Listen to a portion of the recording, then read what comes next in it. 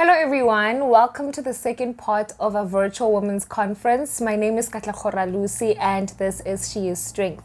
So on today's video, we are talking about a rather sensitive topic and a topic that I feel like is not talked about enough, especially in the Black community, because we shy away from it so much and we have normalized not talking about the feelings sahona and things that disturb us.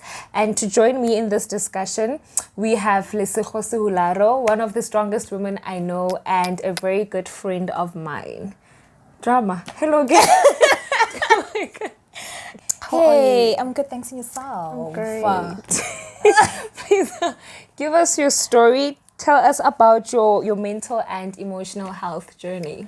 Okay, so I got diagnosed with depression and anxiety in 2017. Reason being that I had my first suicide attempt in 2015, which was an overdose. And my second one, it was the same year. It was still in 2015. I tried drinking acid, but it didn't really go far. But yeah, I tried that as well. I didn't really tell my parents or anyone really about Untitled up until I decided to do that in 2017. But that was before the second overdose. I asked my mom to go back to the psychologist. I think I went back on a Friday, I think. But then I didn't discuss anything in detail with her. With the psychologist? With my mom. Oh.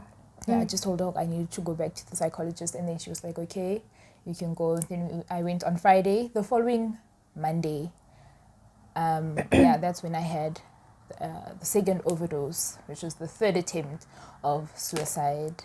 And then my psychologist decided, okay, it's time for me to go to a psychiatric ward in Valpark. Yeah.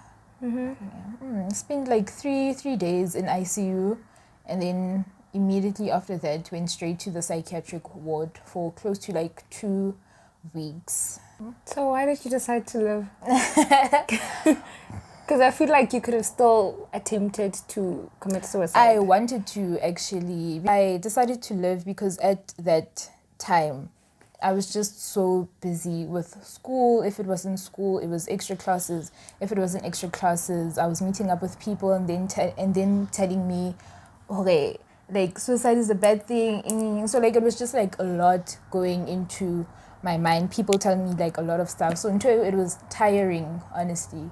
So then I just was like, hey, let me just carry on. And I'm still here, you guys. We know that a lot of people are not familiar with terms like anxiety, depression, So sometimes it happens that a person will feel okay, I'm not okay, I'm not myself, mara hatsebi what's going on. So what would you say are the signs to look out for? How does a person know, okay, I'm not okay? What are the signs to look out for?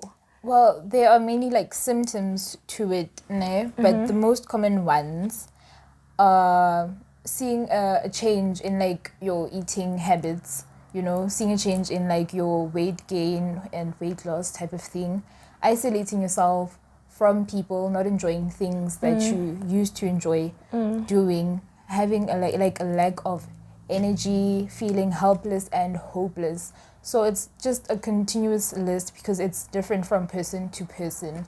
But those are just a few of the things that maybe you can try to spot out. Also, pains that you don't understand. Oh, this guy, because gets about with me, it was back pains, and I know of 2 or 3 other people that have said the same thing. Oh, back pains. With me, it was chest pains. I never experienced those. I had this heavy feeling on my chest all the time, and I struggled to breathe. Now that's what happens. Panic attacks, anxiety attacks. That's what happens. Really? With them. With me also, I slept a lot. Yeah, feeling tired as well. Yo, guys. I slept.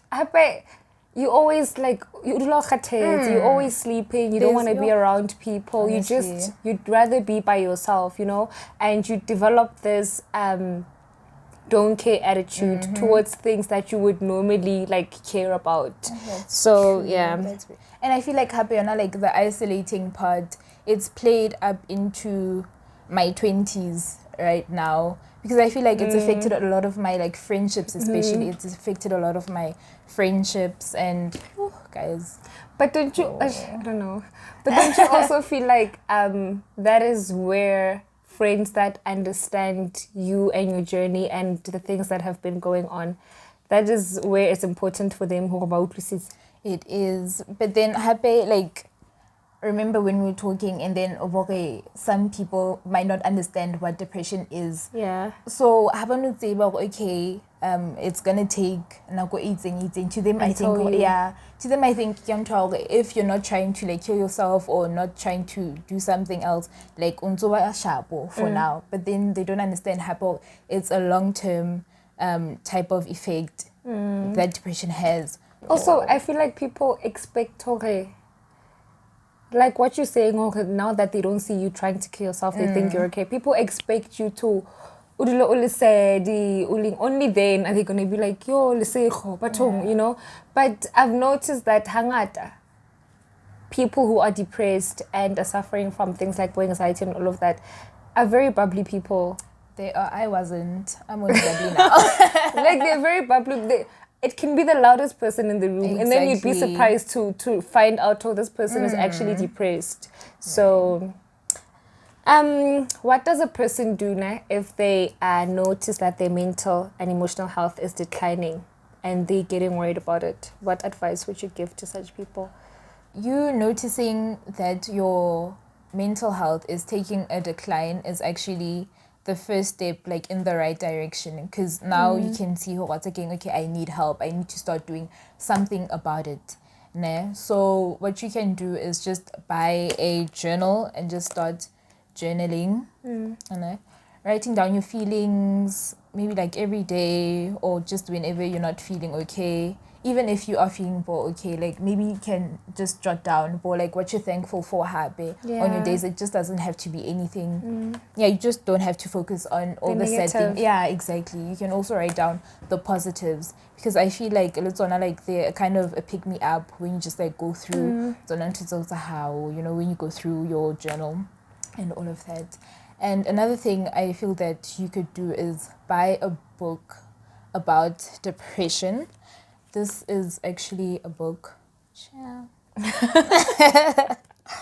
This is a book that I got with my mom, actually. She's the one that suggested that we go buy this book in 2017. We got this book at, what's that? Bargain Books. Bargain Books at the mall, at Val Mall. And the title is How to Beat Depression One Step at a Time. So you can also buy this book. If you feel that like journaling is not enough for you, you can try venting out to a person that you feel you can trust. And I'd suggest that it be family. Yeah, I'd suggest that it be family. Maybe your mother, your father, your siblings, or whoever it is. But I know that not everyone has that type of support or that type of structure within their families. So maybe a friend that you really trust. But the reason why I say like family, because I've heard probably like around 3 people they've told a person that they've trusted, a friend to be more specific, that they've trusted, but then that friend what did hey, yeah, so ish, guys, like just but be also, sure about who you've been. But also a lot of people who get diagnosed with things like anxiety and depression, the cause of that thing is family. So it's not easy for me to go back to the person who's causing that thing and be like, Also, I feel like you should slow down, You can't expect yourself to function the same way that you function when you are okay. Because right now, you're not okay. Your mental and emotional health is declining. So you need to slow down. Secondly, like there's no point trying to force yourself to be productive in everything, because how about productive? Like with me, sometimes I'd force myself to study, but because I'm not okay, I end up and then so be gentle with yourself and don't force yourself to achieve or be as productive as you were normal. So now I want us to go to women who now know, okay, what's going on, meaning they've been diagnosed. Ne? They've been told that, okay, you have anxiety, you have depression, you have whatever. So they know what's going on, and they're now taking steps towards working on themselves and getting help. What advice would you give to a person who's saying, I'm attending sessions with a psychologist, but I feel like they're not helping? Well, before you reach that conclusion, I feel like there are a few questions that you need to ask yourself. Those questions being, was I fully committed in those sessions that I attended? What was my end goal in attending those sessions? Did I want help? Was I ready for help at that time? Because like I said earlier on, I asked my mom to go back to the psychologist. Then I went back on a Friday because I wanted help. But then the following week, I tried committing suicide again. But so I wasn't ready for that help. You were not ready for the help, yeah. So like you need to be ready for Ntejalo. So like before you reach that conclusion, like did you like think about all of that? Ne? Because I feel like it wasn't really like doing much. But then only like much later on, I was thinking, okay, like now I want to be okay. I want to do this and I want to do that. That was when I started applying what I had learned throughout my sessions with my psychologist and being in the psychiatric ward. Yeah, like only like months later. And even now it's stuff that I'm still applying. Yeah, because like a psychologist is only going to give you the tools that you're going to need to better yourself. It's up to you to implement what you have learned into your daily life. So, yeah. Also, you need to do the work by yourself, because I feel like a psychologist can only help you up to so far. You know, when you go out there, you are the one who needs to actively work on yourself, deal with things from the root and work on yourself, you know, read more about your situation so that you can be able to understand it better. Understand that when this happens, it's because whether it's 1, 2, 3, you know, and this is how I react to it, or this is how I solve it. And also what helped me when I was struggling with anxiety is cultivating a relationship with God. I feel like that helped me a lot. Prayer helped me a lot. And also, like, oh my word. What? And I'm not really, like, when it comes to religion, like, it's just like a lot going on. So I wasn't really a person that like prayed and whatnot. But then the time that I did pray was the time that I prayed asking that I die actually. Okay. Okay. So it's so sad now that I think about it actually. But yeah, I was praying and asking God to actually like kill me. I was like, yo, like I'm ready right now. So, but hectic. But yeah, we're alive now. So how's your relationship with God now? It's still a relationship that I'm honestly trying to work on, because with the first episode that you did, I really found it comforting because it wasn't forceful. Because I feel like a lot of the times actually were like something that has to do with religion and whatnot. They've already found themselves within religion. Okay. So when you asked the questions that you like started out with about the advice that you'd give to like young women or people that are still like trying to like find their way around in Treasure, like I really found so much comfort in that, because Lynn, I felt like her, because like my grandmother is someone that's really like she's deep in it. Give me a supper. Sure, okay. Yeah. That's how she is. So Lena, like growing up, it was a thing. It's something that everyone does. So Around now I you. have to do it Lena, without having understood what was happening. So growing up, like I questioned like a lot of stuff. So within questioning a lot of things that had to do with religion, like hey, I didn't really like know much as other people, because nening mang o tlo qala bo abina bo sfela se itseng, and then I just stay, and then they were like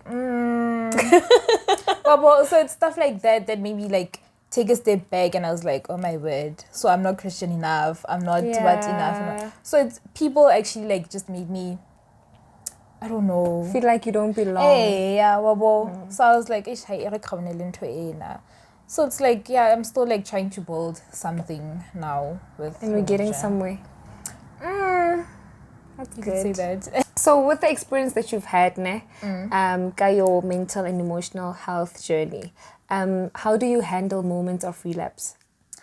Well, with moments of relapse, I feel like they're bound to happen to most people. Moments of relapse, but you should just like look at how far you've came in your journey, because now it's possible for me to get better. Yeah. So why should I stop now? Don't stop. Keep going. It's possible, so keep going. Honestly, like nakonzo, like it feels hard because like you've already found comfort in feeling your lowest and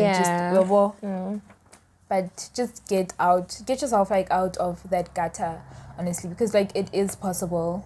It's easier said than done, but it's definitely. honestly possible. Because when everyone's like, like in my head, I'm like, please keep quiet. When you're in that moment, it's annoying for a person to tell you something like that. But then I appreciate everyone that was giving me like all the positive feedbacks and everything, like guys, like I really appreciate it, honestly. But at that time it was like, it was just getting too much, honestly, because I felt so embarrassed, because it's like, like feel like every time like I walked past, it was a thing of like how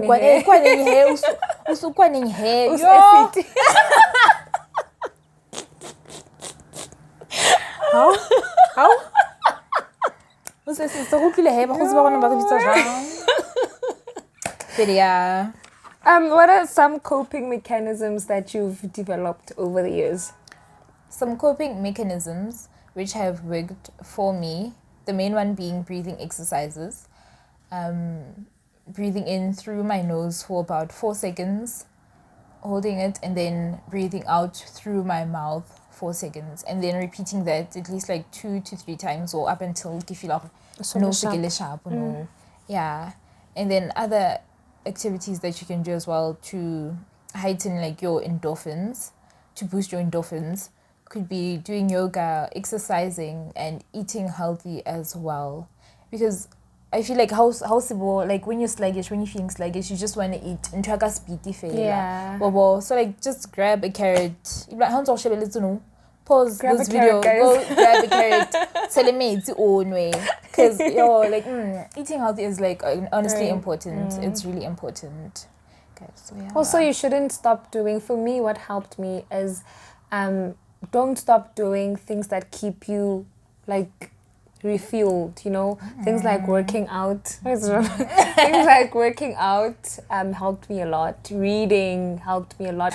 You get to understand your situation, and you get to discover ways of dealing with it and working on yourself. Also, once again, cultivating a relationship with God. Those are the 3 things that helped me a lot. So, we know that for a lot of people, their mental and emotional struggles stem from issues takatu, families that did things that led to toxicity, that led to emotional and mental health declining, family structure that's just toxic, or parents not doing or giving love that they were supposed to give and stuff like that. So what advice would you give to parents and teachers maybe who interact with children who have mental and emotional health issues? The advice that I can give is that parents shouldn't downplay what depression really is, because it is considered to be one of the most common mental health problems actually faced by people. And it should be a reminder, depression can affect just anyone. It doesn't have a certain age. So they should also think about it doesn't just affect Bachapabaholo or whatever.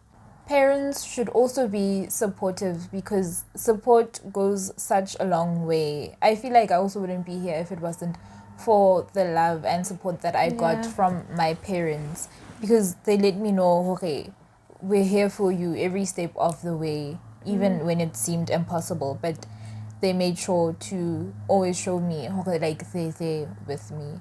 So yeah, honestly, support. as well. Also, I feel like parents should stop being harsh on their children, because a lot of parents have this thing of, if you act a certain way, it like basically when you isolate yourself, you know. So parents should don't just deal with things on a shallow level. Don't just look at things on a shallow level. Try to figure out why we isolate. You know, why is my child acting this way? So go to the root of the problem. And also parents should start promoting openness. You know, cultivate that environment where your child feels comfortable to come to you and talk about certain things to you. You know, let it be known. Let it be known that it's okay. You can come to me and tell me whatever. Because a lot of children suffer silently because you know, because especially in black communities, black people do not express the way they feel. They do not express things that bother them. So have that openness where children feel like it's okay for them to come to you and tell you whatever, and you're not gonna be like, Mustan Blazer, why are you depressed? You're not gonna have you know you're not gonna have response as well. You're actually gonna be there, and you're actually gonna be supportive, and you're gonna make sure that they get the help that they need. Because I want to wear about openness. My mom is also like this. Whenever something happens, she sits us down and then Wabu from her side, what's happening, and then she allows you guys to come forward, country, or she's let me know I can come to her many years ago, because it's we're just out in the open. But then even if it's not possible for you to just talk about how you feel, because now I can't. What's your emotions right now? How are you feeling? Whatever. I can't speak on just on. Yeah. I just can't. So what I can say about that, if about your emotions or feelings just on the spot, when I first started attending the psychologist that I was seeing, it was in grade 7. I think I was in grade 7, I think. So she gave me a task where lay my mom about how I'm feeling, and then I told her and then what she suggested was that I write down how I feel on a piece of paper, and then and then she'll also respond to me on that piece of paper. I don't want to feel like I'm or just another piece of paper. So maybe you can start doing that as well in your household, and then maybe you'll feel more comfortable talking to each other. Yeah. So going on with people that we interact with, do you think it's possible to have a healthy and thriving romantic relationship, while dealing with mental or emotional health issues? Do you think it's possible? Okay, if if you're specific about that part, I honestly don't think so. I honestly don't think so. Hey, House of Fodila, obviously, now you are aware of things, but House of Kofola? Yeah, House of Kofola, because in the beginning, we're gonna work through this, but then I'm not gonna know how to deal. Also, I feel like I'm gonna be very toxic to you. Yeah. Because relationships have a way of bringing up things that you haven't dealt with. They just, because this is a person that you spend a lot of time with, you know. So this person is reacting this way because of something that happened 5 years ago that she hasn't dealt with, you know. So so until you've dealt with things from the core, until you are okay, the relationship might be there, yes, but I don't think it's going to be healthy and thriving. It's no. So basically stay single. Hey, don't, because you're just going to get into somebody's space and disturb somebody's peace only for you to be toxic. No. No. Do you think mental and emotional health issues now, or mental illness, is portrayed accurately in the media? Well, to some extent, yes, because the symptoms or characteristics which are shown are some of the things that people who have been diagnosed with depression actually deal with. The downfall of it now is that they only show a certain type of person with depression, and Ntoto doesn't apply to everyone. Yeah. So now you could be looking at a person, okay, it's a so, but then that's not what I'm going through. Meaning I don't have depression. Yeah. So it's a thing of, they show some of the things that you can go through, but not in totality, if I can say. Just know like there's more than just the character that you're being shown. That's why I think that's why it's important to read. So that you can know, can be fully aware, of all the symptoms. Even and just Google happy, like, hey, but then like, keep yourself informed. Right. So, final advice to young women struggling with mental or emotional health issues. You need to remember that you are in control of the situation because you possess so much power. I feel like along the way, you forget how much power you possess. So you need to keep on reminding yourself about that because you are bigger than your mental health problems, right? You honestly are bigger. Along the way, you might feel embarrassed about the whole thing and people might judge you because as a young female especially, dealing with depression, you're already put in a cage of assumptions. People already think that if you're trying to kill yourself or if you're just depressed, it might be because of a guy or it might be because of pregnancy. It might be when people have their own ideas. People have like their own ideas of what's going on with you, and at that time you just need to block them all out because at this point you need to be focusing on yourself and not those people. Because focusing on other stuff now is going to hinder your progress in healing. So just block out the noise because you are going to be able to do this, honestly. So guys, also I feel like try spending more time away from social media because social media has a way of just adding on. So try spending time in solitude intentionally so, and don't just say you're taking time off and then besides an aches. What you do during that time off is very important. Read, try new things, discover new places, try new hobbies, do that. And also somebody once said, do not let your circumstance define you. Like, stop. A lot of people, when it comes to things like anxiety, like,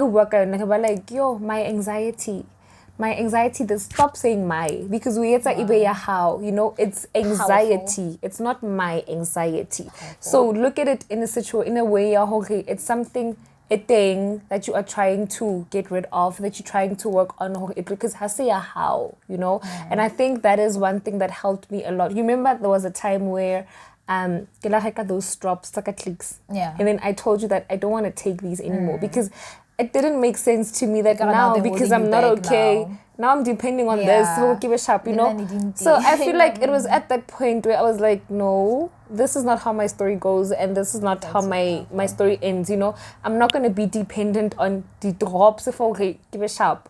Like, God did not give me like the spirit of fear and anxiety. Like, I can't live like this. So it was only then that I was able to be like, this thing does not belong to me. It's not part of me, and it does not define me. It does not get to control me like this, So once you look at it, joalo, I feel like that is the first step in the right direction, because only then will you be able to be intentional and put in the work, because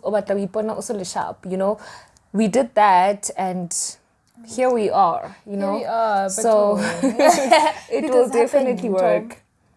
When coming to like medication, the time that I came home like vomiting and whatnot, I was telling my mom, like I was venting out to her. I was like, but now I'm taking pills, and these are just like it feels like happiness in a bottle. It feels like it's fake happiness. That's what I said to her. It's fake happiness. And happy like what they suggested that I do while I was still on my medication was that maybe you have to take like one pill or however many pills it is that you take. You can try by cutting it in half for after like a certain period of time, and then after a certain period of time just take half, take a quarter, and then try so also try doing that, because there was a documentary that I was watching, and that person was told, okay, they're gonna have to live like those pills up until So up until I decided what's again, like let me just stop this. Without them. So no that person felt okay, like the pills were holding him back. So like it's possible for you to live without any medication and just focusing on yourself. I feel like that's where you have to know how to fight you know, just tell yourself true. that no, like kahana, you know, Very and true. do the work, winter in that. Don't dwell in that dark space. Do the work, winter in that dark space. I feel like also that's why I'm very protective over myself, you know, because once you've had to work on yourself, I feel like you value yourself and your space a lot. That's why I don't just let anybody in, and I don't just let things affect me, you know. So also that's another thing that is very important. Do not attach yourself to situations to a point where they even affect your mental and emotional health. This is one thing that helped me, understanding that even if you and I, maybe let's say we family or we friends, ne? Yeah. Oh, let's say we're friends. We are friends. I'm saying let's say. Let's say for example. Give example. Okay, let's say we are friends. How? And then you do something. I need to understand that as much as we are friends, ne? At the end of the day, you know? So I can't now let your actions affect me to a point where now I have to go take pills or droplets because of something that Lesego did. I need to understand that you are an individual and you know? So whatever you do, even if I can't let your actions affect me, you know? So I feel like we can be family and friends, but attachment issues there, I feel like I expect you to act a certain way because I'm attached to you, you know? So don't be too attached to a person that the actions are high, even end up being a reason why you're not trying to kill yourself and ending and like, no. Anyway, guys, that's all for today. I hope this was constructive. I hope you guys will take whatever you got here and apply it mapilong alona. And hopefully from this, you guys will be able to understand your situations better and be able to deal with them better. And please, guys, get help, get the necessary help. Read and make sure that you're informed about your situation so that you can know how to deal with it. I will see you guys next week where we will be discussing all things business. Please don't forget to like, subscribe, and keep on spreading the word about our virtual women's conference.